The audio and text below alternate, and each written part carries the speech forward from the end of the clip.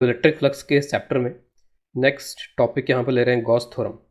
Basically पूरे electrostatics में दो फंडामेंटल थ्योरम्स हैं या दो फंडामेंटल लॉज हैं, जिसमें एक आप पहले ही ऑलरेडी पढ़ चुके हो, कूलम्ब्स लॉ। तो पूरी जो इलेक्ट्रोस्टैटिक्स है वो कूलम्ब्स लॉ और गॉस लॉ से एक तरीके से गवर्न होती है। अब तक हमने जितने भी रिजल्ट्स देखे हैं, कंक्लूजन्स ड्रॉ किए हैं, वो एक तरीके से कूलम्ब्स लॉ के बेसिस पे आपने जो भी इलेक्ट्रिक फील्ड कैलकुलेट किए, जो भी आपने फोर्सेस की कैलकुलेशन करी, वो सब कुछ कहीं ना कहीं कूलम्ब्स लॉ से, कूलम्ब लॉ पे बेस थी। इसके बाद में गॉस थ्योरम के भी कई सारे एप्लीकेशंस हैं, तो उससे पहले हमें गॉस थ्योरम को एक बार समझ लेना होगा। तो गॉस थ्योरम को पहले समझते हैं। और ये जो गॉस थ्योरम है, क्योंकि इस चैप्टर में हम फ्लक्स की बात कर रहे हैं, तो ये जो थ्योरम है वो भी फ्लक्स से ही रिलेटेड है। और जो हमने फ्लक्स की कैलकुलेशन अब तक करी है, एक तो ओपन सरफेस के लिए करी, जो क्लोज नहीं होती, पूरी तरीके से क्लोज नहीं होती है, जो एक वॉल्यूम इनक्लोज नहीं करती है। और कुछ क्लोज सर्फेसेज होती हैं जो हमने लास्ट क्लास में देखी थी कि क्लोज सर्फेसेज के लिए फ्लक्स कैसे निकालते हैं। तो ये जो थ्योरम है वो थ्योरम एक तो फ्लक्स से एसोसिएटेड है और उसके साथ साथ क्लोज सरफेस से associated. It is only valid for close surfaces. इस थ्योरम का स्टेटमेंट देख लेते हैं। According to this theorem, flux, electric flux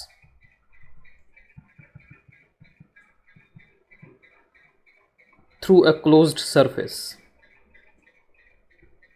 electric flux through a closed surface is equal to charge enclosed or inside the surface divided by the permittivity which is called epsilon naught। तो electric flux किसी भी close surface से किसके बराबर होगा, तो उस close surface के अंदर कितना चार्ज है, उसके अंदर कितना चार्ज है या कितना चार्ज इनक्लोज्ड है, that divided by epsilon nought. तो अगर मैं इसको यहाँ पे मैथमेटिकली लिखूँ तो ई डॉट डी एल, सॉरी ई डॉट डी ए, तो ये तो हम जानते हैं यहाँ पे कि ई डॉट डी ए को जब मैं सरफेस के डिफरेंट डिफरेंट पॉइंट्स पे, एरियाज़ पे ऐड करता चला जाता हूँ और उसको जब ऐड करके निकाल लेते हैं टोटल, तो वो टोटल फ्लक्स हो जाता है। ये जो यहाँ पे ये सर्किल यूज़ किया गया है, तो सर्किल यूज़ किया जाता है फॉर ए क्लोज्ड सरफेस। जिस तरीके से क्लोज्ड पाथ पे जब हम लोग इंटीग्रेट करते हैं ई डॉट डी एल, इस तरीके का सिंबल यूज़ किया जाता है क्लोज्ड पाथ के लिए, जहाँ पे ई का जो डॉट प्रोडक्ट है वो लेंथ के साथ में लिया जाता है। ये क्लोज लूप होता है। इसी तरीके से ये क्लोज सरफेस पे इंटीग्रेशन है, तो क्लोज के लिए यहाँ पर ये सर्किल लगा दिया जाता है कि हम जो इंटीग्रेशन परफॉर्म कर रहे हैं वो एक क्लोज सरफेस पे कर रहे हैं, इंटीग्रेशन ओवर ए क्लोज सरफेस। तो circle is used for integration on a closed surface. और ई डॉट डी एल अगर है तो किसी क्लोज्ड कर्व को बोल देंगे फिर यहाँ पे कि कोई एक क्लोज्ड कर्व है यहाँ पर, ये यानी कि लेंथ वाइज है एक तरीके से ये। तो क्लोज कर्व पे जो इंटीग्रेशन इस तरीके से करेंगे उसमें ई डॉट डी एल ये सर्किल लग जाएगा। सरफेस पे करेंगे जहाँ पे हम जो एलिमेंट्स लेते जाएंगे वो कौन से हैं, एरियाज़ हैं, छोटे छोटे एरियाज़, वहाँ से हम फ्लक्स निकाल रहे हैं। तो ई डॉट डी ए, इसका इंटीग्रेशन, क्लोज का मतलब है, ये सर्किल का मतलब है क्लोज। तो this is equal to Q enclosed divide by epsilon naught. यहाँ पे अब डिफरेंट डिफरेंट सिंबल लिख दिए जाते हैं। कई बार इसको इनसाइड भी लिखते हैं, कई बार इसको नेट चार्ज भी लिखते हैं। ठीक है, नेट चार्ज कहाँ पर, इनसाइड। या सिंपली कई बार क्यू इन लिख के छोड़ देते हैं, कई बार क्यू ई एन लिख के छोड़ देते हैं। तो ये सारे सिंबल डिफरेंट डिफरेंट जगह पे यूज़ किए जा सकते हैं लिखने के लिए। मतलब सभी का वही रहेगा कि जो भी सरफेस है वो सरफेस के अंदर कितना चार्ज है। ये जो सरफेस है जिसके ऊपर आप गॉस थ्योरम अप्लाई कर रहे हो, तो जिस पे भी आप गॉस थ्योरम अप्लाई करते हो उस सरफेस को बोलते हैं गॉसियन सरफेस। तो the surface on which Gauss theorem is applied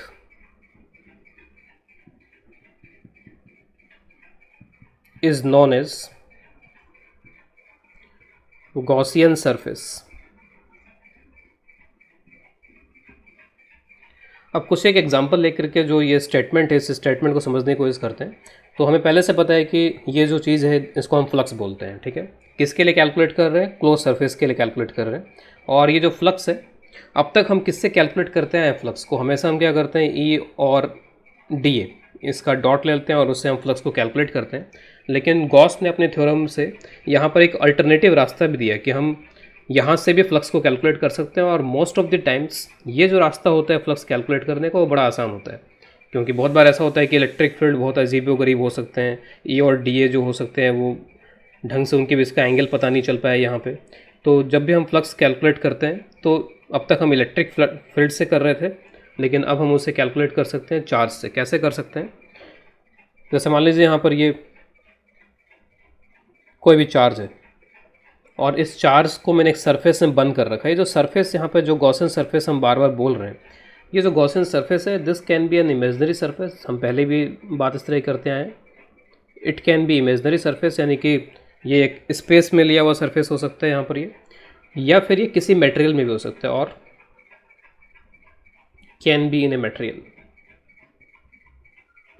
conducting non conducting बाद में हम देखेंगे। इस तरीके के मटेरियल्स में भी इस तरीके की सरफेस ली जा सकती हैं। तो ये सरफेस आप कहीं पर भी ले सकते हो, सिंपली स्पेस वैक्यूम में यहाँ पर ये सरफेस ली जा सकती है, कोई मटेरियल नहीं है, या फिर किसी मटेरियल के अंदर इस तरीके की सरफेस लेकर के लो लगा सकते हैं। तो सपोज़ यहाँ पे क्यू चार्ज रखा हुआ है, और क्यू चार्ज अगर यहाँ पे रखा है तो मैं बता सकता हूँ कि ये जो क्लोज सरफेस है इससे कितना फ्लक्स पास हो रहा होगा। तो फ्लक्स का आंसर मुझे सिंपली लिख देना है यहाँ पे Q divide by epsilon not, क्योंकि इसके अंदर जो नेट चार्ज है वो नेट चार्ज यहाँ पर Q के इक्वल है। अब अगर मैं इस सरफेस के अंदर ही चार्ज को अगर मैं इधर उधर करता हूँ, सपोज़ मैंने चार्ज को इधर उधर किया, यहाँ रखने के बजाय मैंने चार्ज को यहाँ रख दिया, इससे फ्लक्स पे कोई फ़र्क नहीं पड़ेगा। फ्लक्स अभी भी कितना रहेगा? Q divide by epsilon not. फ़र्क किन चीज़ों पे पड़ेगा? जैसे मान लीजिए कि अगर मैं ये पॉइंट लेता हूँ, यहाँ पे कोई मैंने पॉइंट लिया, यहाँ पे इलेक्ट्रिक फील्ड कुछ इस तरीके से रहेगा, और अगर सेंटर पे रखा और ये स्फेरिकल सरफेस है तो एरिया वेक्टर भी इसी डायरेक्शन में रहेगा। लेकिन मान लीजिए अब यही पॉइंट है, तो यहाँ पर अब क्या हो जाएगा कि इलेक्ट्रिक फील्ड मैग्नीट्यूड डायरेक्शन में लग रहा है कि चेंज हो गया डायरेक्शन उसका, लेकिन जो एरिया वेक्टर रहेगा वो एरिया वेक्टर उसी तरीके का रहेगा। किसी भी सरफेस के लिए जो एरिया वेक्टर है वो तो प्री डिटरमाइंड है, वो तो फिक्स है कि इसका एरिया वेक्टर क्या होगा, यहाँ का एरिया वेक्टर क्या होगा, यहाँ का एरिया वेक्टर क्या होगा। तो जो डिफरेंट लोकेशंस हैं, डिफरेंट लोकेशंस पे एरिया वेक्टर तो वही रहेगा, लेकिन इलेक्ट्रिक फील्ड अब के बार यहाँ पे चेंज हो गया। तो यहाँ का जो डी फाई है, यानी यहाँ से कितना फ्लक्स पास हो रहा था, ई डॉट डी ए वगैरह, वो सब चेंज हो गया, क्योंकि यहाँ पर इलेक्ट्रिक फील्ड अलग है, एरिया तो वही रहेगा और दोनों एक ही डायरेक्शन में है। यहाँ पे इलेक्ट्रिक फील्ड अलग हो गया, उसके साथ साथ इनके बीच में जो एंगल आ रहा है, क्योंकि एंगल भी इंपॉर्टेंट है क्योंकि आपको डॉट निकालना है, वो सब अलग हो गया। भले ही डिफरेंट लोकेशन पे डी फाई चेंज हो गया होगा, लेकिन जब मैं उन्हें ऐड करूँगा तो ऐड करने के बाद में जो सारा फ्लक्स आएगा वो इतना ही आएगा। और कुछ हद तक हमने ये जो चीज़ें हैं इनको हमने प्रीवियस लेक्चर में देखा हुआ भी है कि एक चार्ज से उतनी ही नंबर ऑफ़ लाइन्स, अगर हम नंबर ऑफ़ लाइन्स के टर्म्स में इसको विजुलाइज करते हैं तो नंबर ऑफ़ लाइन्स वही रहेंगी इसकी। तो यहाँ पर रखो चाहे कहीं पर भी रखो इसको, उतनी ही नंबर ऑफ़ लाइन्स इस सरफेस को क्रॉस करके जा रही होंगी, और उन नंबर ऑफ़ लाइन्स को मैथमेटिकली रिप्रेजेंट करने का तरीका हमारे पास में यहाँ पर क्या है? फ्लक्स। ठीक है, फ्लक्स नंबर नहीं है यहाँ पर, आप उससे नंबर से मत ये करना है कि 100 नंबर है, 100 नंबर ऑफ़ लाइन्स है। तो लाइन्स का नंबर का कोई मतलब नहीं होता, जस्ट उसका एक रिप्रेजेंटेशन है यहाँ पर। और नंबर एक तरीके से आपको थोड़ा सा आइडिया देता है कि अगर क्यू चार्ज रखा है तो मान लीजिए मैं बोलता हूँ 100 लाइन्स निकल रही हैं, तो मैं 2 क्यू चार्ज रखूँगा तो बोलूँगा 200 लाइन्स निकल रही है। अगर मैं 3 क्यू चार्ज रखूँगा तो मैं बोलूँगा 300 लाइन्स निकल रही हैं। तो नंबर जस्ट एक विजुलाइज करने में हमें हेल्प करता है। नंबर एज सच एग्जिस्ट नहीं करता है कि इससे कितनी लाइन्स निकल रही हैं। ठीक है, वो सारा लाइन का जो फंडा है वो सारा ही इमेजनरी फंडा है, हम विजुलाइज करने के लिए लाइन्स वगैरह का यूज़ करते हैं। तो flux associated with A charge Q, ये चार्ज क्यू चाहे कहीं पर भी रखा हो, इससे जो फ्लक्स एसोसिएटेड है वो यहाँ पे क्या हो जाएगा? Q divided by epsilon not. किसी भी तरीके के सरफेस हो, रैंडम नॉन रैंडम कोई भी सरफेस हो, जो फ्लक्स एसोसिएटेड होगा वो Q divide bye epsilon not हो जाएगा। अगर आप चार्ज को अंदर ही अंदर इसके लोकेशन को चेंज करते हो तो लोकेशन चेंज करने से डिफरेंट पॉइंट्स पे जो फ्लक्स पास हो रहा है वो भले ही चेंज हो जाएगा ओवरऑल, लेकिन पूरे सरफेस पे अगर उसका समेशन किया जाएगा तो समेशन हमेशा ही हम कितना पाएंगे यहाँ पे? Q divided by epsilon not. कुछ और सिचुएशंस में यहाँ पे ले रहा हूँ। सपोज़ स्पेस में कई सारे चार्जेस हैं, Q1 है, Q2 है, लेट से Q3 है, लेट से कहीं -Q4 है। स्पेस में कई सारे चार्जेस हैं। अब मैं यहाँ पर कुछ इमेजनरी गॉसियन सरफेसेस ले रहा हूँ और फ्लक्स कैलकुलेशन देख रहा हूँ कि उनसे फ्लक्स कितना पास होगा यहाँ पे। सपोज़ एक सरफेस मैंने यहाँ पे ले लिया जिसमें जो चार्जेस हैं वो ये हैं Q1 and Q2। Suppose this are the 2 charges. मैं कुछ और यहाँ पे गॉसियन सरफेस लेता हूँ इसमें। सपोज़ एक गॉसियन सरफेस मैंने यहाँ पे ही ले लिया जिसको मैं थोड़ा अलग से यहाँ पर रिप्रेजेंट कर रहा हूँ। तो एक गॉसियन सरफेस सपोज़ यहाँ पर ये है, सपोज़ एक गॉसियन सरफेस यहाँ पर लेट से ये वाली है, this is Gaussian surface, just मैं इमेजनरी सरफेस क्रिएट कर रहा हूँ, ठीक है। सपोज एक सरफेस ये है जिसमें सारे चार्ज ही मैंने इनक्लोज करवा दिए। तो सपोज़ ये कुछ है कि यहाँ पे मैंने गॉसियन सरफेसेस लिए हैं, इनका मैं नाम देता हूँ यहाँ पे, suppose this is S1, this is S2, let's say this is S3 and this is S4। Suppose S1 से पास होने वाला फ्लक्स मेरे को निकालना है, तो ये जो फ्लक्स होगा, अब मैं देखूंगा कि ये जो सरफेस है, इस सरफेस के अंदर चार्जेस कौन कौन से हैं, Q1 Q2, बाकी का Q3 और माइनस Q4 तो बाहर है, इनसाइड नहीं, आउटसाइड है, ठीक है। और इनसाइड आउटसाइड डिफाइन हो जाता है अगर सरफेस क्लोज होती है तो Q1 और Q2 को मैं यहाँ पर ऐड कर लूँगा और ऐड करके एप्सिलॉन नॉट से डिवाइड कर दूंगा, तो मैं बोलूँगा फ्लक्स इतना ही होगा। फिर उसके बाद में अगर मैं S2 से फ्लक्स निकालूंगा φ2, तो ये φ2 यहाँ पर क्या हो जाएगा, तो आप देखो कि इसके अंदर अब कौन कौन से चार्जेस यहाँ पर आ रहे हैं, तो इसके अंदर भी चार्जेस कौन कौन से आ रहे हैं, Q1 एंड Q2 आ रहे हैं। अगर Q1 एंड Q2 आ रहे हैं तो फ्लक्स इससे भी कितना पास हो जाएगा, Q1 plus Q2 divide by epsilon not. अगर मैं सरफेस S3 की बात करता हूँ यहाँ पे, तो S3 ये जो ऑरेंज से सरफेस मैंने दिखा रखी है वो वाली सरफेस है, यहाँ पर ये सारे चार्जेस इसके अंदर आ रहे हैं। तो अगर मैं फ्लक्स नंबर 3 की बात करूँ, तो फ्लक्स नंबर 3 में सारे चार्जेस का एडिशन Q1 प्लस Q2, और जो भी अलजेब्रिक एडिशन है वो प्लस है तो प्लस, माइनस है तो माइनस। और अगर मैं 4 नंबर से बात करूँ, जो रेड से मैंने दिखा रखा है, तो उसमें कौन कौन से चार्जेस हैं, Q2 Q3 and minus Q4।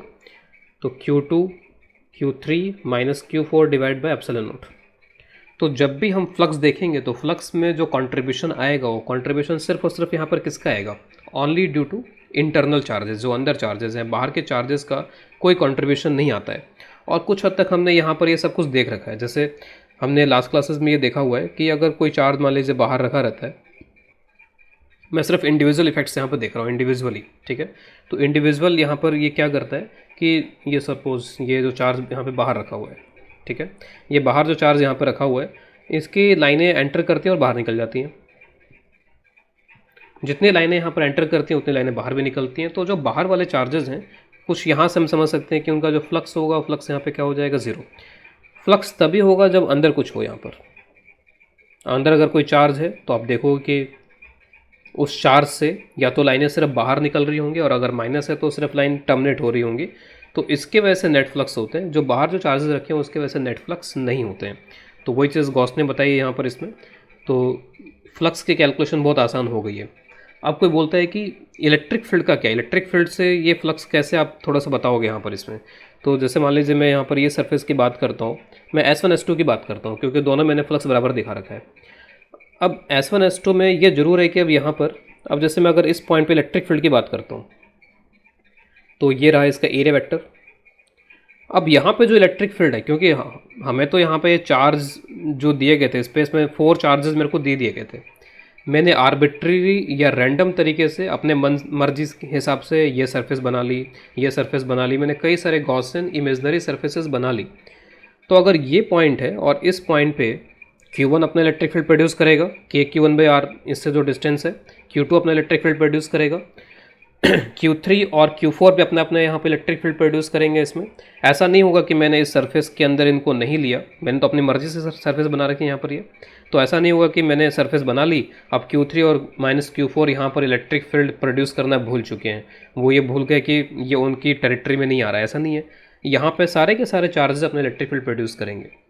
वही उसी तरीके से अगर मैं ये वाली सरफेस लेता हूँ, जितने भी 4 चार्जेस हैं सबके सब किसी पॉइंट पर अपना इलेक्ट्रिक फील्ड प्रोड्यूस करेंगे। अगर मैं ये सरफेस लेता हूँ तो भले ही इसके अंदर Q2 Q3 और माइनस Q4 है, लेकिन ऐसा नहीं होगा कि ये जो चार्ज है वो इस पॉइंट पे इलेक्ट्रिक फील्ड प्रोड्यूस नहीं करेगा, ये चार्ज भी करेगा। तो कहने का मतलब है किसी भी पॉइंट पे इलेक्ट्रिक फील्ड की जब हम बात करेंगे, इलेक्ट्रिक फील्ड सभी चार्जेस के वैसे होगा, क्योंकि इन चार्जेस ने ऐसा कोई अपराध नहीं किया कि ये अपना इलेक्ट्रिक फील्ड यहाँ प्रोड्यूस नहीं कर पाएंगे। तो यहाँ पर जो इलेक्ट्रिक फील्ड होगा सभी के वैसे होगा, यहाँ पर जो इलेक्ट्रिक फील्ड होगा सभी के वैसे होगा। लेकिन वो जो इलेक्ट्रिक फील्ड डॉट डी हम करके ऐड करते जाएंगे, यहाँ पे जो इंपॉर्टेंट बात है वो ये है कि दिस टू आर वेक्टर्स और ई डॉट डी। तो अगर मान लीजिए मैं यहाँ पर Q3 और माइनस Q4 को अगर यहाँ पर नहीं भी रखता, तब भी इससे कितना फ्लक्स पास होता, Q1 plus Q2 divide by epsilon not, flux को इस बात से मतलब नहीं है कि आपने बाहर रख रखा है कि नहीं रख रखा है, लेकिन इस पर्टिकुलर पॉइंट पे जो इलेक्ट्रिक फील्ड है उसको इस बात से मतलब है कि बाहर के चार्जेस हैं कि नहीं, अंदर के चार्जेस हैं कि नहीं। लेकिन ये बहुत एक रिमार्केबल प्रॉपर्टी है कि जब आप हर एक पॉइंट पे ई डॉट डी को ऐड करते चले जाओगे, वो जो सारा समेशन है वो ऑटोमेटिकली इनके बराबर आ जाएगा जो हमने कैलकुलेट कर रखा है। तो किसी भी सरफेस से जब हम फ्लक्स कैलकुलेट कर रहे हैं तो फ्लक्स की कैलकुलेशन में फाइनली जो आंसर आएगा उस आंसर में सिर्फ अंदर वाले चार्जेस ही दिखेंगे, लेकिन इलेक्ट्रिक फील्ड यहाँ पर किसी भी पॉइंट पे किसी भी सरफेस पे सबके वैसे होगा। जितने भी चार्जेस हैं आसपास सारे के सारे यहाँ पे इलेक्ट्रिक फील्ड अपना प्रोड्यूस कर रहे होंगे। बस ये हो सकता है कि अगर वो चार्ज बाहर होगा तो जैसे इसके वैसे कोई नेट फ्लक्स यहाँ पर नहीं आ पाया, जितनी लाइनें एंटर कर रही हैं उतनी लाइनें यहाँ से बाहर निकल जा रही हैं। तो अगर मुझे यहाँ पर ई डॉट डी एस से फ्लक्स कैलकुलेट करना पड़ जाता तो बहुत मुसीबत हो जाती, क्योंकि एक तो आप देख सकते हो कि इलेक्ट्रिक फील्ड ही यहाँ पे कैलकुलेट करना कितना मुश्किल है, यहाँ पे रैंडम सरफेस है, और अगर आप बाहर कोई चार्ज रख दोगे तो फिर और इलेक्ट्रिक फील्ड यहाँ पे चेंज हो जाएगा। तो यहाँ पे इलेक्ट्रिक फील्ड के कैलकुलेशन से फ्लक्स ना कैलकुलेट करके इन सिचुएशन में हम फ्लक्स किससे कैलकुलेट करेंगे, यूजिंग चार्जेस के चार्जेस यहाँ पर अंदर क्या है। तो मैं कुछ इंपॉर्टेंट लाइन्स यहाँ पर लिख रहा हूँ। जो ये गॉस लॉ हम यहाँ पे लिखते हैं E dot D A, this is equal to Q enclosed divided by epsilon naught. इसमें ये जो इलेक्ट्रिक फील्ड आता है, इस इलेक्ट्रिक फील्ड के बारे में ये जानना जरूरी है, क्योंकि क्वेश्चंस के अंदर इसमें कई बार कॉन्सेप्चुअली पूछ लेते हैं कि इलेक्ट्रिक फील्ड किसका है ये। तो this is electric field at Gaussian surface due to all the charges present in the vicinity। vicinity का मतलब होता है उसके आसपास, ठीक है। अब इस सरफेस से अगर कोई इनफाइनाइट पे चार्ज रखा होगा तो उसका तो कोई लेना देना नहीं होगा, इनफाइनाइट वाले चार्ज का तो यहाँ कोई इलेक्ट्रिक फील्ड नहीं होगा। तो इनफाइनाइट वाले चार्ज को छोड़ दीजिए, जो भी आसपास में चार्जेस हैं फाइनाइट डिस्टेंसेस पे, तो उसके बात हो रही है विसिनिटी, ठीक है। विसिनिटी या लोकेलिटी बोल सकते हैं इसको, इस सरफेस के लोकेलिटी में जो भी चार्जेस हैं। तो electric field at Gaussian surface due to all the charges present in the vicinity of surface.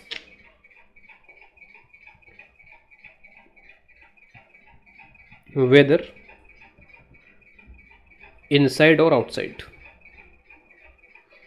तो अगेन एज ए समरी, जो फ्लक्स है, फ्लक्स आप ई डॉट डी ए से निकाल सकते हो, आपके पास में एक ऑप्शन ये है। और हमने लास्ट क्लास में आप देखोगे कि एक सिंपल सिचुएशन के लिए, एक स्फेरिकल सरफेस के लिए सेंटर पे चार्ज को रख के कैलकुलेट किया भी है, वहाँ पर भी हमें क्यू बाई एप्सिलॉन नॉट का आंसर मिला था। तो एक सिंपल सिचुएशन के लिए हमने कैलकुलेट किया था जो मैथमेटिकली थोड़ी सिंपल टाइप की थी, उसके लिए एक तरीके से हमने एक छोटा सा प्रूफ दे दिया गॉस लॉ का कि Q by epsilon not flux आता है। तो इंपॉर्टेंट बातें यहाँ पर यही है कि फ्लक्स कैलकुलेट करने के लिए वी हैव टू ऑप्शंस, या तो आप ई डॉट डी ए का यूज़ करो या फिर आप क्यू इनक्लोज्ड, जैसे मैंने यहाँ पर यूज़ किया Q enclosed divide by epsilon not का। लेकिन ई डॉट डी ए का यूज़ करना हमेशा पॉसिबल नहीं हो पाएगा, ये थोड़ा हमें ईजी मेथड प्रोवाइड करेगा। फ्लक्स के लिए सिर्फ कौन जिम्मेदार है, कौन रिस्पॉन्सिबल है, जो चार्जेस अंदर हैं सरफेस के अंदर वही फ्लक्स के लिए रिस्पॉन्सिबल हैं। लेकिन जो भी हम सरफेस बनाते हैं उस सरफेस पे इलेक्ट्रिक फील्ड सभी का होता है। तो ध्यान रखेंगे, this is the net electric field created by all the charges present in the vicinity. लेकिन यहाँ पर ये जो चार्ज है वो चार्ज यहाँ पर कौन सा आएगा, अंदर वाला ही चार्ज आएगा। तो this is very very important. अब तक हमने यहाँ पे देख लिया गॉस थ्योरम का स्टेटमेंट कि फ्लक्स किसी भी क्लोज सरफेस से, दिस इज़ वेरी इंपॉर्टेंट कि हमेशा याद रखें आप क्लोज सरफेस का यूज़ करना है इसमें। तो close surface E dot D ए होता है, और इसी को आप लिख सकते हो कि अंदर कितना चार्ज है डिवाइडेड बाय एप्सिलॉन नॉट। सिर्फ आपको चार्ज की गिनती करनी है, ज़्यादा कुछ करना नहीं इसके अंदर। और चार्ज का एडिशन आपको लिख देना है, प्लस चार्ज है माइनस चार्ज जैसा भी वैसे आपको लिख देना है। तो कुछ एक क्वेश्चंस करते हुए आगे बढ़ते हैं यहाँ पर। अ dipole is enclosed with in a Gaussian surface, find flux through it. Suppose कोई भी एक गॉसियन सरफेस है, शेप से कोई मतलब होता नहीं है, बस अंदर चार्ज क्या उससे मतलब होता है जहाँ तक फ्लक्स की बात हो रही है। इसमें मान लीजिए कोई एक डाइपोल है, ये माइनस क्यू चार्ज भी है प्लस क्यू चार्ज भी, इसका मतलब यही हुआ डाइपोल का मतलब क्या होता है, नेट चार्ज इज जीरो। तो ये जो गॉसियन सरफेस है, इस गॉसियन सरफेस को मैं जी एस से रिप्रेजेंट कर रहा हूँ। फ्लक्स का आंसर क्या हो जाएगा सिंपली, तो नेट चार्ज कितना है, ज़ीरो, तो नेट फ्लक्स का आंसर यहाँ पर हो जाएगा ज़ीरो। लेकिन क्या हर एक पॉइंट पे इलेक्ट्रिक फील्ड जीरो है क्या इसमें? तो आप देखो कि जैसे ये एक्सिस का पॉइंट है डाइपोल के लिए, यहाँ पे कुछ इलेक्ट्रिक फील्ड होगा, ये परपेंडिकुलर बाइसेक्टर वाला पॉइंट है, यहाँ कुछ इलेक्ट्रिक फील्ड होगा इसमें, ये कोई जनरल पॉइंट है, यहाँ पर आप देखते हो कि ई आर और ई थीटा हमने किया था, इलेक्ट्रिक फील्ड होगा। तो इन जनरल हर एक पॉइंट पे इलेक्ट्रिक फील्ड है यहाँ पर, शायद ही कोई ऐसा पॉइंट है जहाँ पे इलेक्ट्रिक फील्ड जीरो हो इसके अंदर। तो इन जनरल इलेक्ट्रिक फील्ड हर एक पॉइंट पे एग्जिस्ट कर रहा है यहाँ पे। लेकिन कितनी ब्यूटीफुल बात है यहाँ पर ये कि electric field is existing eight each and every point. और यहाँ से एक चीज़, एक जो मिसकंसेप्शन लोगों में कई बार आ जाता है कि अच्छा इस सरफेस से तो फ्लक्स जीरो है तो इस सरफेस पे हर जगह इलेक्ट्रिक फील्ड भी जीरो हो जाएगा। तो ऐसा नहीं है।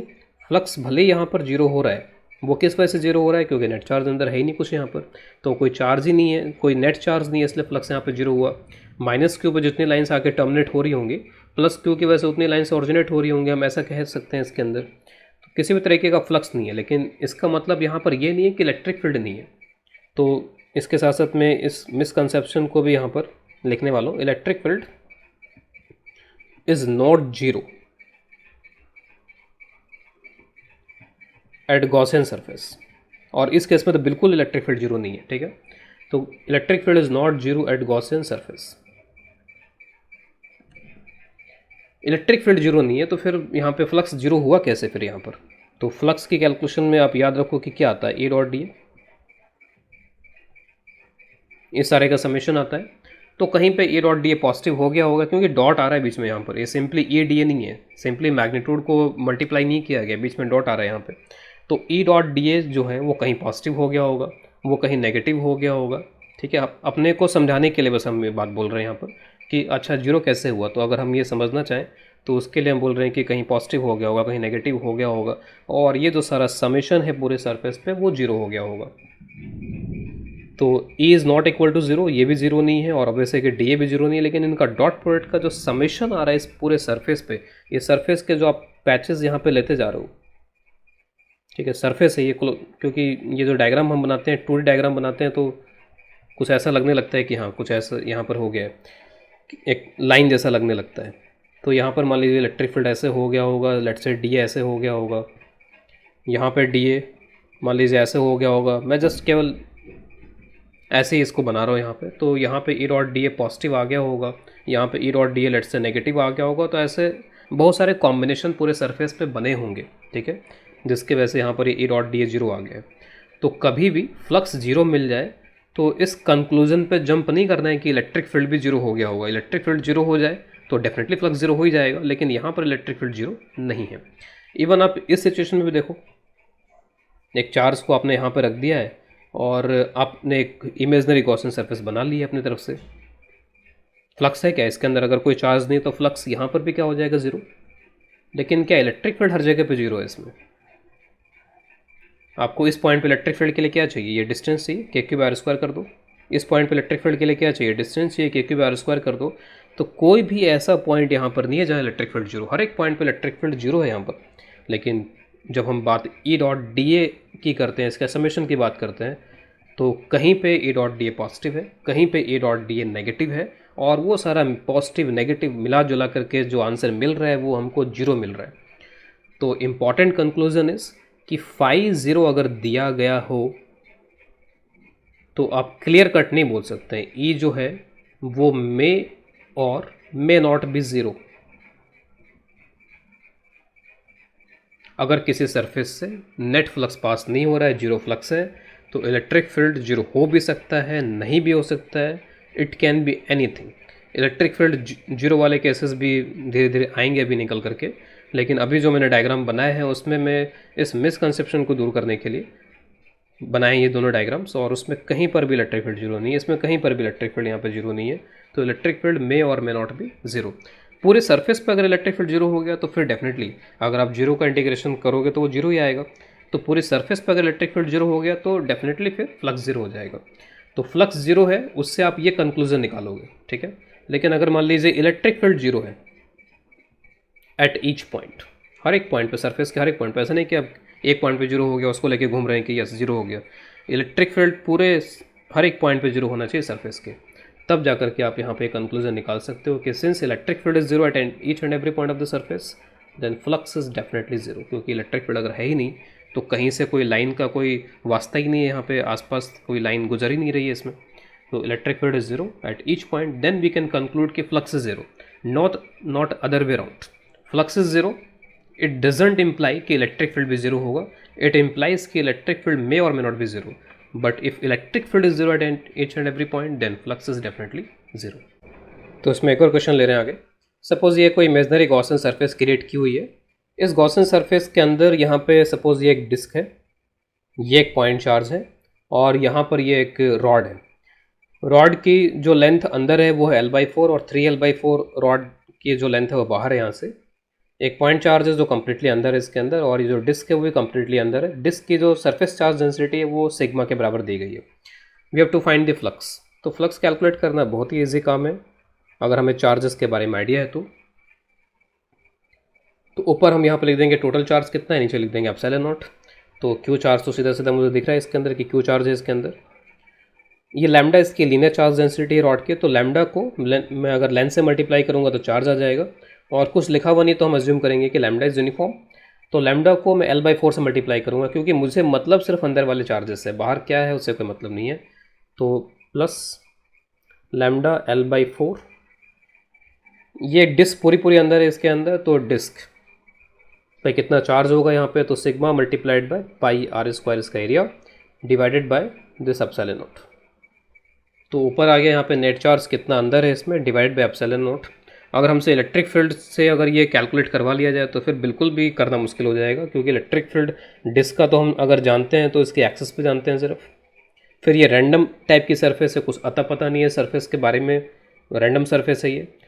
इसका भी इलेक्ट्रिक फील्ड बड़ा अजीबो गरीब टाइप का होगा। लेकिन ये थ्योरम इतनी पावरफुल है कि जहाँ तक फ्लक्स की बात है ये बोलते हैं कि फ्लक्स डेफिनेटली इतना ही होगा।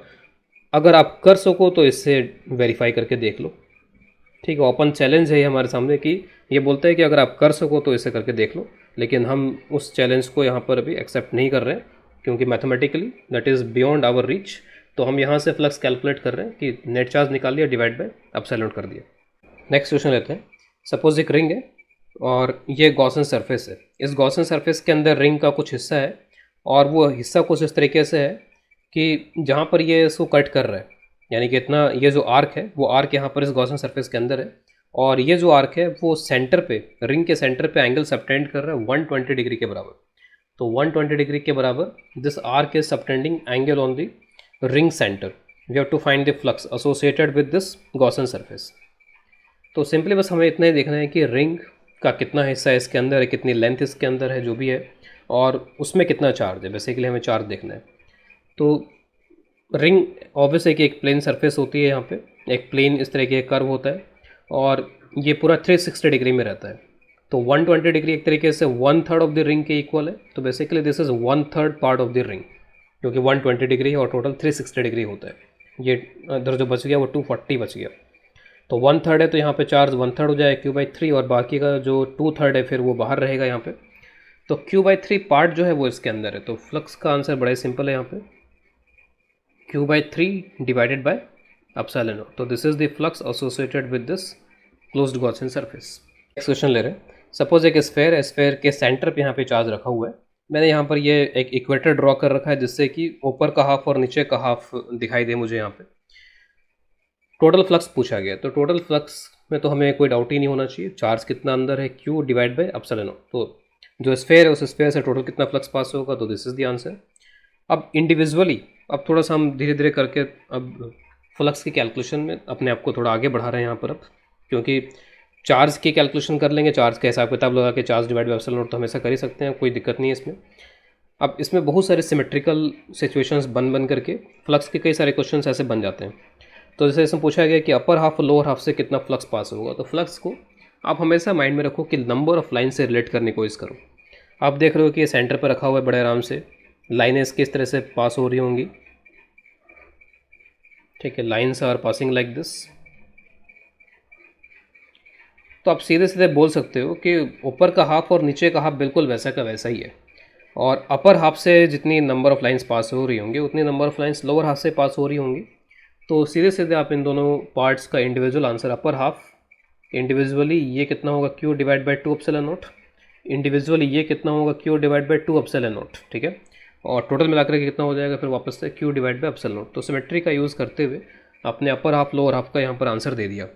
कई बार ये क्वेश्चन डायरेक्टली इस तरीके से पूछ लिया जाता है कि सपोज़ यहाँ पर ये एक हेमिस्फेयर है, हेमिस्फेरिकल कप है, ये इस तरीके का बाउल है, और इस हेमिस्फेरिकल बाउल के यहाँ पर इस पॉइंट पे चार्ज को रख दिया गया सेंटर पे सिमेट्रिकली, क्लोज नहीं अब के बार, ये एक तरीके से ओपन मामला है इसका। यहाँ पर सरफेस है लेकिन ये ओपन मामला है इसका। तो ये पूछा जाता है कि ये जो सरफेस है, सरफेस तो सिर्फ यही बचा है यहाँ पे ये इसको हमने क्लोज नहीं कर रखा है, दिस इज़ नॉट क्लोज्ड, तो सरफेस बस इतनी है यहाँ पर, इस सरफेस से कितना फ्लक्स पास होगा। तो कई बार लोग इसमें जल्दबाजी में गॉस लॉ भी यूज़ कर लेते हैं, लेकिन जैसे जैसे हम आगे बढ़ते जाएंगे तो आपको आइडिया लगते जाएगा कि यहाँ पे गॉस थ्योरम तो नहीं लगेगी। क्यों नहीं लगेगी? क्योंकि ये क्लोज सरफेस नहीं है। अगर क्लोज सरफेस नहीं है तो आप टोटल फ्लक्स जो है वो Q बाय एप्सिलॉन नॉट नहीं लिख सकते हो। या फिर अगर आप इसको ऐसे इमेजिन करते हो तो आप उसको देख के भी ऐसा बोल सकते हो कि एक पॉइंट चार्ज जो होता है, उस पॉइंट चार्ज से जो टोटल फ्लक्स एसोसिएटेड हो सकता है वो कितना हो सकता है? Q divided by epsilon naught. This is the total flux which can be associated with A point charge having magnitude Q। अब इसकी बहुत सारी लाइनें ऐसी होंगी जो इधर भी जा रही होंगी, बहुत सारी लाइनें होंगी जो इस सरफेस से नहीं भी जा रही है यहाँ पर। तो सरफेस से जाने वाली लाइंस भी हैं, सरफेस को क्रॉस करने वाली लाइंस भी हैं, सरफेस को क्रॉस नहीं करने वाली लाइंस भी है जो ऊपर ऊपर निकल गई यहाँ पर। तो अगर मुझसे ये पूछ लिया जाए, अब एक तरीके से जो क्वेश्चन है उसको ही बस अलग तरीके से यहाँ पूछा गया इसमें, तो इसमें आप क्या करते हो कि सिमेट्री क्रिएट कर लेते हो, ठीक है। सिमेट्री क्रिएट करके आप टोटल फ्लक्स निकाल लेते हो पहले। तो सिमेट्री क्रिएट करते हो, सिमेट्री क्रिएट करने के लिए क्या करेंगे? बिल्कुल वैसा का वैसे ही हेमिस्फीयर यहाँ पे क्रिएट कर देंगे ऊपर की तरफ, ठीक है। एग्जैक्टली वही हेमिस्फीयर मैंने यहाँ पे क्रिएट कर दिया और मैं बोलूँगा कि ठीक है ये पूरी क्लोज सरफेस है, इस पूरी क्लोज सरफेस से जो टोटल फ्लक्स पास होगा उसका ये आंसर है मेरे पास पहले से। और बाइसिमेट्री में बोल सकता हूँ कि जितनी लाइनें इससे क्रॉस हो रही होंगी उतनी ही लाइनें इससे क्रॉस हो रही होंगी। तो our answer will be for this surface as usual जो पहले हमने कर रखा है वही है, Q divide by 2 epsilon naught. This is the final answer for this problem. Next question ले रहे हैं। सपोज एक क्यूब है और क्यूब के सेंटर पे एक पॉइंट चार्ज रखा हुआ है। तो point charge is kept at the centre, we have to find flux through the cube. तो ऑब्वियस है कि इसका आंसर बड़ा ही ऑब्वियस है कि flux through the cube, close surface, कितना चार्ज अंदर है, सिंपली इसकी बात करेंगे तो flux through the cube will be simply Q divide by epsilon nought, ठीक है। There is no doubt about it. हर एक फेस से हमें फ्लक्स बताना है, यानी अब इंडिविजुअली कि इससे कितना फ्लक्स गुजरेगा, इससे कितना फ्लक्स गुजरेगा, इससे फ्लक्स कितना गुजरेगा, जितने भी 6 फेसेस हैं उन 6 फेसेस से फ्लक्स बताना है। तो पहली चीज़ आपको ये माइंड में रखनी है कि फेस के लिए अप्लीकेबल नहीं होता डायरेक्टली, आप इस पूरे क्यूब से बता दो। और क्यूब के अंदर आप चार्ज को कहीं भी रख दो, कोई प्रॉब्लम नहीं। क्यूब के अंदर आप चार्ज को सेंटर पर रखो, सेंटर से उठा के यहाँ रख दो, क्यूब के अंदर होना चाहिए बस। अगर क्यूब के अंदर है तो टोटल फ्लक्स की जहाँ तक बात है ये उतना ही होगा हमेशा, Q divide by epsilon not. अब हर एक फेस से फ्लक्स, तो इसमें अगेन सिमेट्री कंसिडरेशन आते हैं, जैसे अभी हमने देखा हेमिस्फीयर वाले में। तो हम सिमेट्री का यूज़ करके इनका आंसर निकाल सकते हैं अगर सिमेट्री कुछ इस तरीके की हमें परमिशन दे, सिमेट्री परमिट करे, सिमेट्री हो वहाँ पर। अब आप यहाँ पे देख सकते हो कि क्यूब बहुत ही सिमेट्रिकल बॉडी होती है और उसके सेंटर पर रखा है ये। तो सेंटर पर रखा है तो इसके लिए क्या ये फेस, क्या ये फेस, क्या ये फेस, क्या ये फेस, सारे फेसेस एक जैसे ही हैं, इसके लिए कोई अंतर ही नहीं है। इसके लिए ये फेस भी बिल्कुल वैसा ही है, सारे डिस्टेंसेस उसी तरीके से हैं जिस तरीके से इस फेस के हर एक पॉइंट के डिस्टेंसेस होंगे, जिस तरीके से हर एक पॉइंट के इसके डिस्टेंसेस होंगे।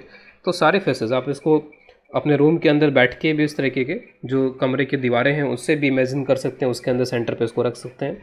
और इस तरह की चीज़ें सॉलिड स्टेट में भी आती हैं, फिजिकल केमिस्ट्री सॉलिड स्टेट में इस तरीके के विजुअलाइजेशन आते हैं जिनका आप यहाँ पर यूज़ कर सकते हो अगर आपने सॉलिड स्टेट पढ़ा हुआ है।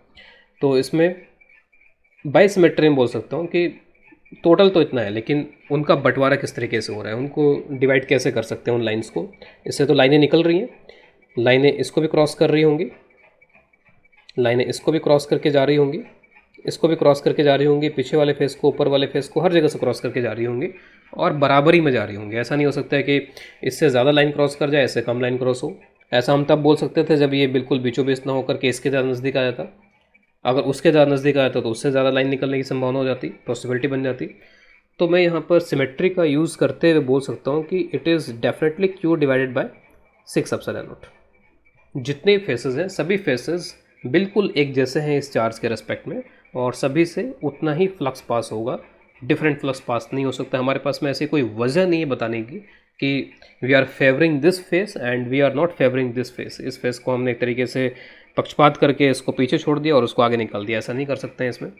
तो यहाँ पे जो आंसर होगा सिंपली वो आंसर हो जाएगा Q divided by 6 epsilon not. अब इन्हीं क्वेश्चंस के अंदर जो वेरिएशंस हैं वो वेरिएशंस किस तरीके से दिए जा सकते हैं, और बोर्ड में, आईआईटी में, जेईई में, नीट में, जितने भी एग्ज़ाम्स हैं सब में इस तरह के क्वेश्चन बड़े ही पॉपुलर होते हैं। और जो क्वेश्चन अभी मैं यहाँ पे दे रहा हूँ वो तो बहुत ही ज़्यादा पॉपुलर है, जो कि कई बार बोर्ड में भी आया हुआ है और एससीबी में मिल जाएगा आपको। सिर्फ एक फेस दे दिया उन्होंने, ठीक है, सिंपली एक फेस दे दिया और बोल दिया कि यहाँ पर ये स्क्वायर है, this is a square face with side a, ये इसका सेंटर है और यहाँ से परपेंडिकुलरली ऊपर, यानी कि ये जो स्क्वायर है इसकी एक्सेस हो गई है, यहाँ ले जाकर के एक चार्ज को रख दिया गया है और ये जो डिस्टेंस है ये डिस्टेंस दे दिया a/2 के बराबर। एक स्क्वायर यानी कि एक प्लेन सरफेस एरिया यहाँ पर दे दिया गया, प्लेन, और उसके सेंटर से a/2 ऊपर जा कर के आपने एक चार्ज को रख दिया। अब वो पूछेंगे कि इस चार्ज का इससे कितना फ्लक्स गुजर रहा है, ठीक है, flux through the square face. तो इसमें वो क्या करते हैं, एक तरीके से उन्होंने ये डायग्राम आपके सामने पेश नहीं किया, एक तरीके से उन्होंने सभी साइड्स को हटा दिया, यहाँ से डिलीट कर दिया और सिर्फ आपको ये दिया। तो आप देखोगे, अगर आप यहाँ पे थोड़ा सा इसकी सिमेट्री को देखो, जो डेटा दिया गया उसको देखो, तो आप ये पाओगे यहाँ पे कि यहाँ पर भी वही चीज़ है। अगर ये साइड ए है तो यहाँ से सेंटर से इसका जो डिस्टेंस होगा वो a/2 के बराबर होगा ही यहाँ पर इसमें। तो एक तरीके से वही चीज़ दी गई है, लेकिन बाकी चीज़ों को गायब करके दिया गया, जिससे कि आप थोड़ा सा उसको सोचो, समझो, फिर आंसर करो। तो आप क्या करोगे इसको करने के लिए कि आप यहाँ पर इस तरीके की कई सारी इमारतें यहाँ पर खड़ी कर लोगे इसमें, ठीक है। इस तरीके की इमारतों को खड़ी करके आप यहाँ पर ये देख सकते हो कि एक क्यूब का फॉर्मेशन हो गया इसमें। जैसे हमने पिछले बार क्या किया था, उसको कंप्लीट करके एक हेमिस्फीयर बनाया था। तो जो टोटल फ्लक्स है वो इस पूरे क्यूब से कितना हो जाए, cube divide by epsilon not, और ये बिल्कुल वही सिचुएशन जो सिचुएशन यहाँ पर है। तो जो गिवन फेस है उससे फ्लक्स कितना पास हो जाए, Q divide by 6 epsilon nought. तो कई बार गॉस को हम अप्लाई करने के लिए क्या करते हैं, इसको कुछ ऐसे कंप्लीट करते हैं जिससे कि हम सिमेट्री को ऑब्जर्व कर सकें। जैसे वहाँ पर हमने हेमिस्फेयर को कंप्लीट स्फेयर बना दिया, यहाँ पर एक जो फेस दिया था उस फेस का यूज़ करके हमने इसको एक क्यूब बना दिया यहाँ पे। तो ये सारी चीज़ें हमें इसमें समझ में आनी चाहिए सिमेट्री, तब जाके हम इसका यूज़ कर पाएंगे और इसको सॉल्व कर पाके फ्लक्स निकाल पाएंगे। उसके बाद नेक्स्ट सिचुएशन लेते हैं।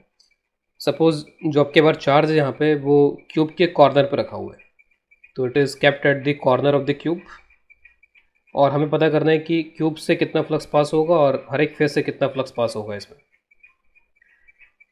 तो पहले तो क्यूब से निकालते हैं, और क्यूब से कैलकुलेट करने के लिए हमें ये देखना पड़ेगा कि इस चार्ज का कितना हिस्सा इस क्यूब के अंदर है।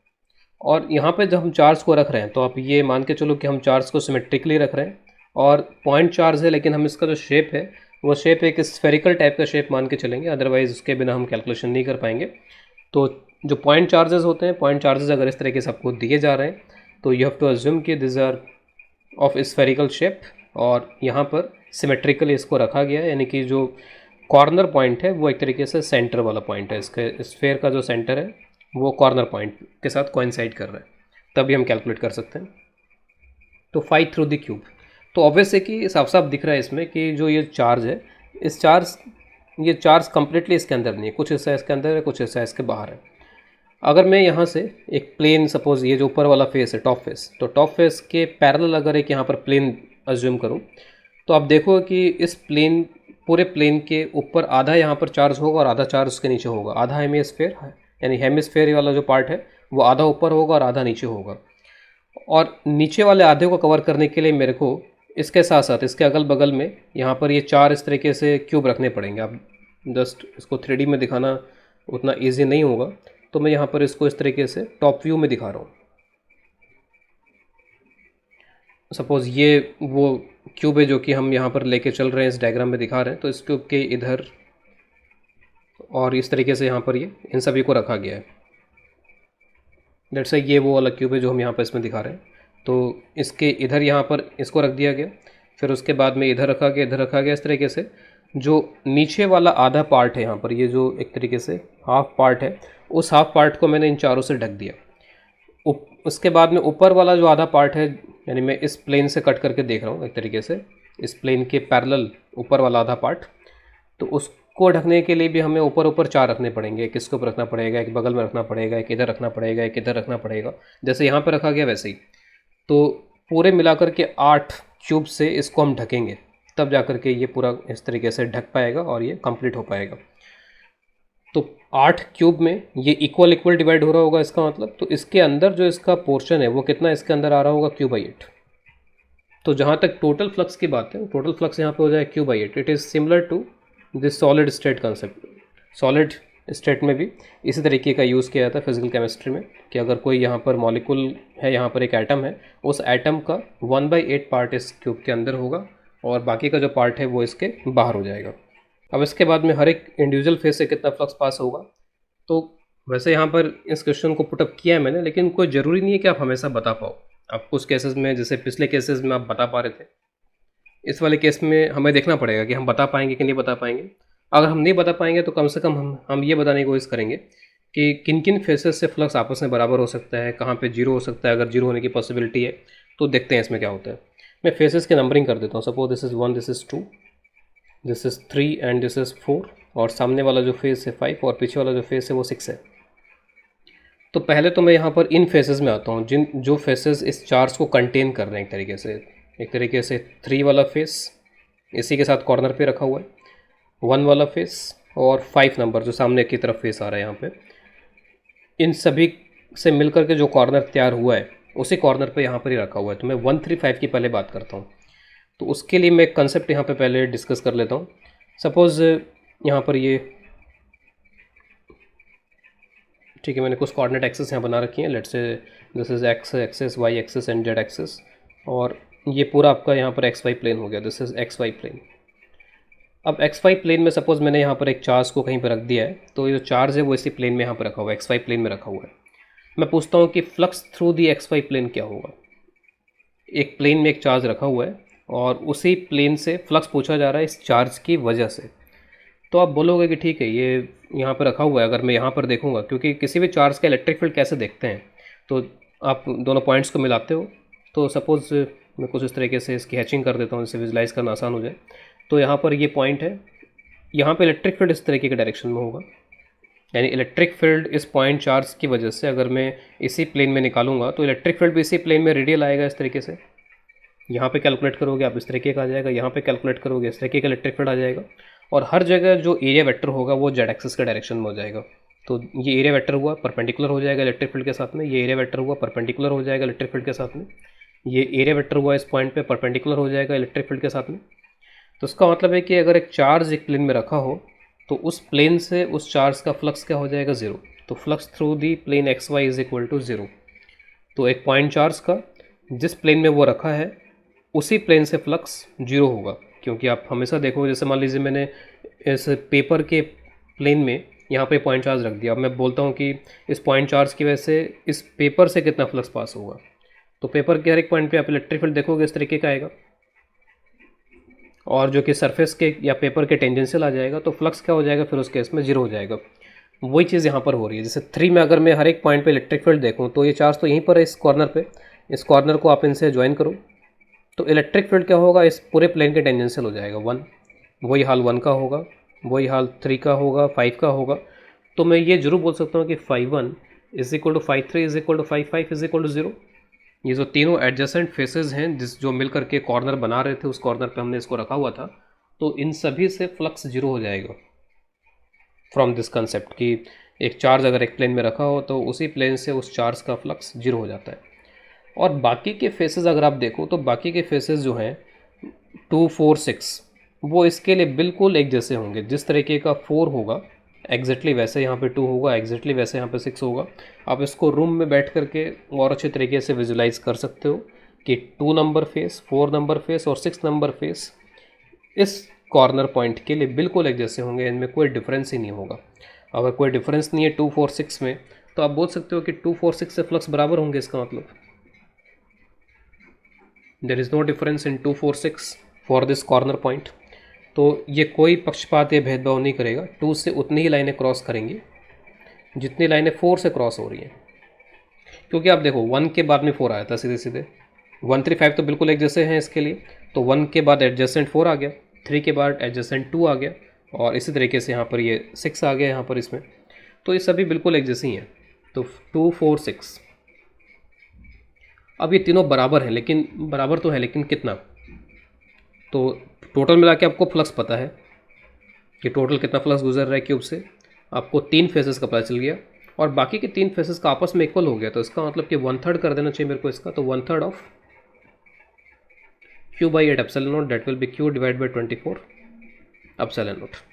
तो हर एक फेस से जो फ्लक्स का आंसर होगा वो ये होगा।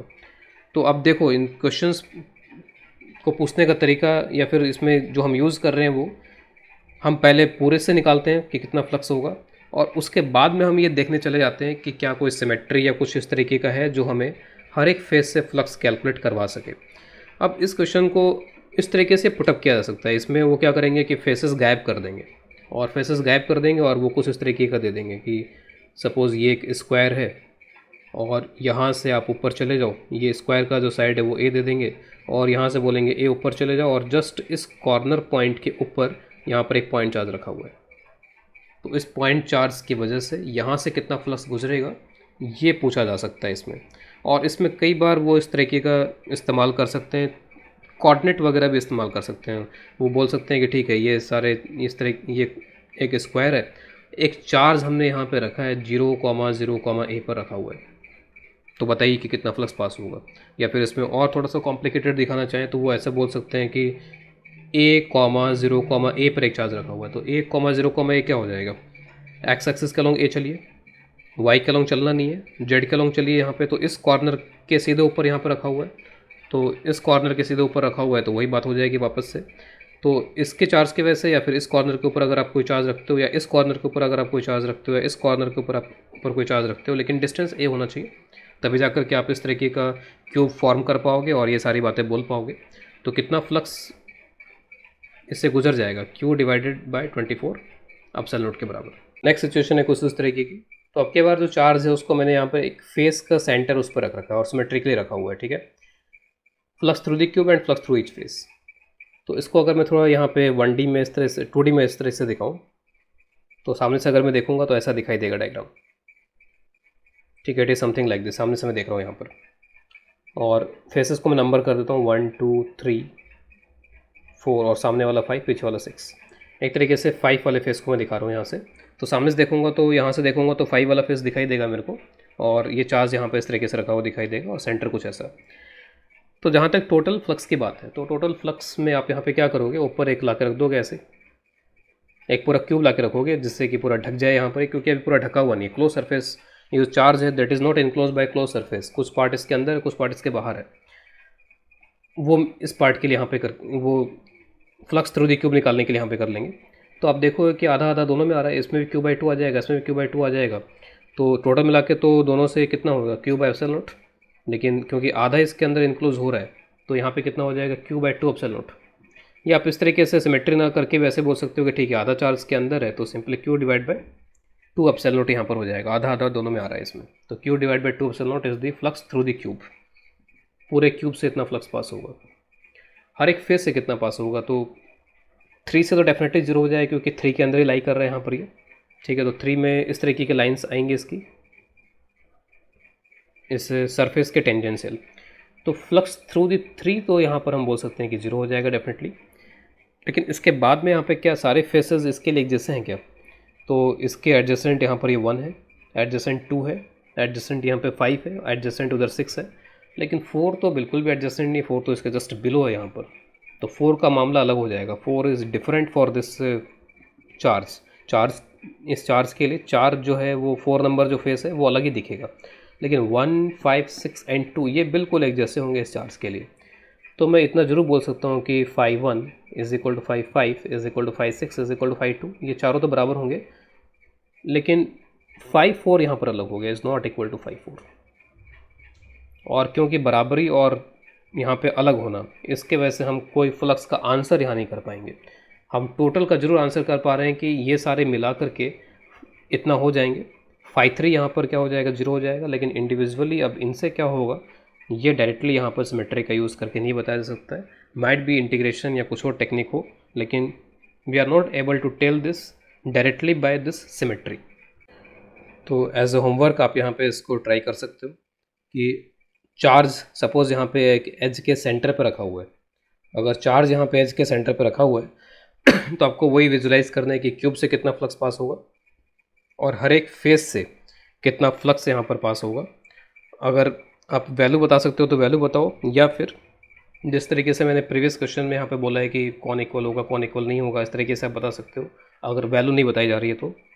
और उसके बाद में सेकंड, कोई एक ट्रायंगुलर यहाँ पर इस तरीके का ये सरफेस दे रखा है, ट्रायंगुलर सरफेस है, ट्रायंगुलर एरिया दे रखा है, इस ट्रायंगुलर एरिया से क्या फ्लक्स पास होगा, ये एक्स वाई प्लेन में है और ये जो चार्ज है वो A0A पे रखा हुआ है, दिस इज़ ऑरिजिन, तो this is A0A, X Y Z coordinate इस चार्ज के दे रखे हैं, तो आपको इससे फ्लक्स बताना कितना होगा।